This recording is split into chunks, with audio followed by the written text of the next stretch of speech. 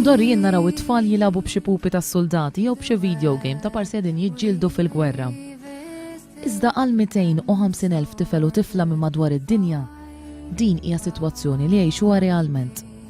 Ir-Red Hand Day għandha sservi biex fiha jitfakru dawn it-tfal. Dawn huma tfal li ma jitħallewx jgħixu tfulija tagħhom.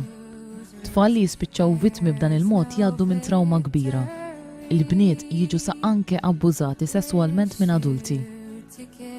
Din il-ġurnata li ilha tiġi mfakra sa mis-sena 2002 laħqet il-qofol tagħha fl-2009, meta s-Segretarju Ġenerali tal-Ġnus Magħquda Ban Ki-moon kien indirizza kampanja dwar dan fi New York.